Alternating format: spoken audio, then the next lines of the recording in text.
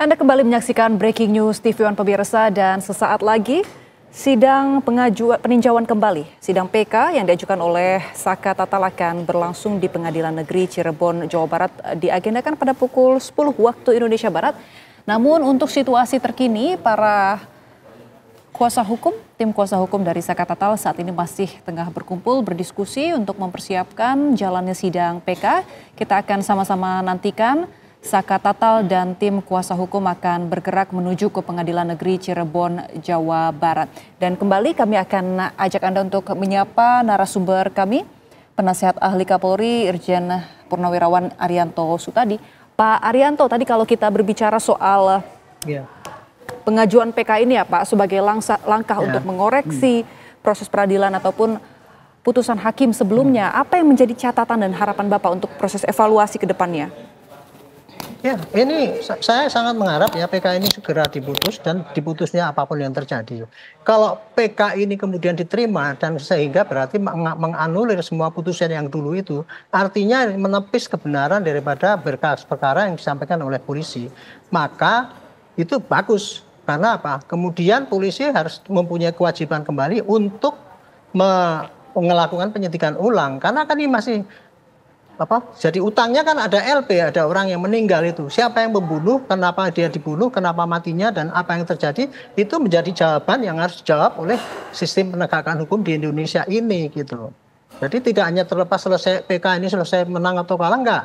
Penyidikan ulang dengan diulangi itu adalah dengan cara yang baik, dan semua kesaksian yang sekarang jadikan novum di PK ini kumpulkan jadi satu, dibuka semua yang saksi-saksi mau bersaksi, sehingga nanti, sorry ya Pak Heri ya, jadi ini berkasnya bisa 1000 halaman itu nanti. Tapi biar nanti jaksa melihat bahwa ini udah paling lengkap gitu. Jangan sampai nanti dianukan lagi, oh itu masih ada rekaman itu yang belum dibuka, itu suruh buka itu sampai lengkap ada baru dikirim ke jaksa di sidang ulang saya gitu. Itu baru fair kalau gitu.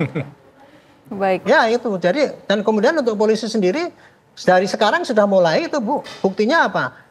Laporan kepada Rudiana diterima, sekarang diperiksa malah gelar dan sebagainya itu kan. Tadi barusan disampaikan itu. Itu menunjukkan bahwa polisi sudah siap-siap mau melakukan koreksi apabila nanti PK-nya itu ditolak diterima. Itu sudah mulai, pasti nanti akan ditambah lagi kesaksian yang lain untuk melengkapi penyidikan. Udah otomatis polisi punya kewajiban Bu, kalau PK-nya diterima berarti yang dulu dianulir berarti dia udah langsung harus melakukan penyidikan ulang gitu. Ini untuk sistem peradilan di Indonesia selama ini gitu. Baik. Kalau saya boleh menyampaikan saran ya Bu, ini kelemahan daripada sistem peradilan ini menurut saya sih ya, sistem pengawasan kepada penyidik harus diperbaiki dari KUHAP. Sistem pengawasan pada jaksa harus diperbaiki pada JPU. Sistem penerapan pada hakim itu harus diperbaiki. Jangan semua hakim itu sudah benar kemudian nggak bisa diganggu-gugat lagi. Seperti tadi kalau dalam diskusi loh.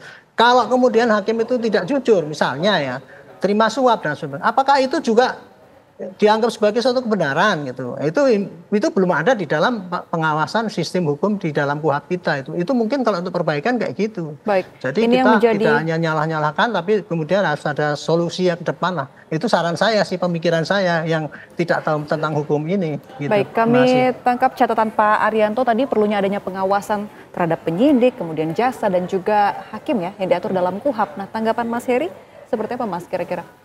Iya, makin menarik diskusinya dan saya setuju sekali karena itu pasti berangkat dari pengalaman beliau. Ini mungkin bisa curhat colongan beliau juga ini kan. Sebagai penyidik yang menghadapi fakta di lapangan, kadang ya dinamikanya luar biasa. Tadi mungkin sudah dijaga di tahapan ini, tapi di tahapan yang berikutnya, wallahu alam nggak ada yang bisa memastikan 100% akan bertindak yang sama. Maka mekanisme kontrol itu tidak lepas dari setiap tahapan tadi. Saya sepakat di poin itu karena memang kita manusia ya naik turun nih keimanannya kan, kadang iya kadang bisa meleng sedikit berubah lagi. Jadi mekanisme kontrol itu mungkin zaman dulu ada waskat ya, pengawasan ketat. Nah itu mungkin bisa dihidupkan kembali tuh lewat mekanisme kontrol terhadap ya berbagai macam jenis tindakan yang sudah dilakukan tadi. Sebatas itulah kemudian yang harus sebenarnya dipertanggungjawabkan. Jangan sampai ada anggapan ya gugur kewajiban saja nih ya, kalau sudah ini tugas saya sampai di sini ya sudah begitu. Sehingga saya membayangkan kalau ini benar-benar terjadi secara ideal, betapa sibuk dan luar biasa capeknya jadi seorang penyidik, jadi seorang jaksa, jadi seorang hakim. Sehingga harus berpikir ulang juga ketika sudah memilih untuk menjadi profesi A, ya segala konsekuensi dan tanggung jawab itu melekat. Tidak boleh dipilah-pilih mana yang dirasa penting, menguntungkan diambil, yang bagian melelahkan, capek untuk menemukan keadilannya ditinggalkan. Oke, atau mungkin menurut Mas Heri perlukah konsekuensi tersebut diatur dalam KUHAP? Tadi seperti yang poin yang sebelumnya kita sudah perbincangan juga, apabila memang PK ini dikabulkan, maka secara tidak langsung mengoreksi putusan sebelumnya. Kalau sebagai orang yang netral, saya menganggap bahwa itu hukumnya wajib, bukan lagi sunnah muakkad, tapi sudah wajib. Tapi apakah kemudian ini disepakati, dibuat dalam satu konstruksi hukum yang tertulis? Karena pasti ada akibat hukumnya kan, menunggu di sana. Nah ini saya entah kenapa tidak terlalu yakin. Karena ini kan pasti ibaratnya menyerang institusi itu sendiri kan. Nah kalau memang ternyata mereka bisa menerima secara pemikiran hal ini dulu yang perlu disosialisasikan. Tidak ada anggapan bahwa kalau dikoreksi berarti jelek, kalau dikoreksi berarti dicari-cari kesalahannya. Tapi bagaimana menemukan orang yang salah ini tidak boleh menciderai marwah dari satu institusi. Maka kalau kita bicara tentang ada ikan yang busuk dari kepala, maka kepala yang dipotong.